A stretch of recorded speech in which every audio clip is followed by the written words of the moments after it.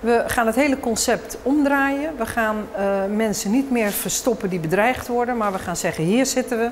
En we gaan graag in gesprek met mensen die daar een probleem mee hebben. Oer goed 3 maanden verhuist Vier Friesland naar dit gebouw. Hier worden slachtoffers opvangen en behandelen. Op een wen je de slachtoffers van loverboys, huiselijk geweld of mensenhandel. Het gebouw is dan net zomaar binnen te komen. Iemand die hier dus niks te zoeken heeft, krijgt zijn eerste barrière met een hek om het gebouw heen. 2, camerabewaking. 3, hij of zij belandt in een sluis.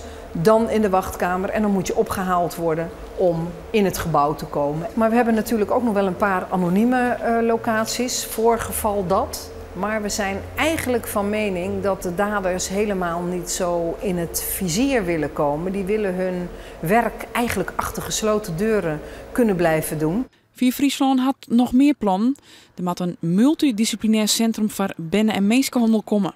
Dat moet een nieuw gebouw hier op het terrein zijn, waar we de slachtoffers mensenhandel ook niet alleen opvangen, maar echt de goede behandeling en de begeleiding gaan geven.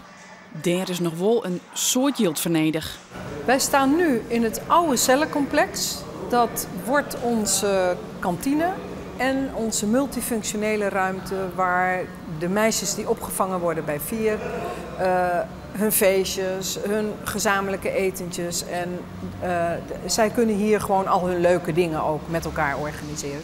De ruimte kan ik gebruikt worden voor congressen over mensenhandel of bijgelijks eerwraak. Er is in de veilige vesten nog genoeg werk te verzetten.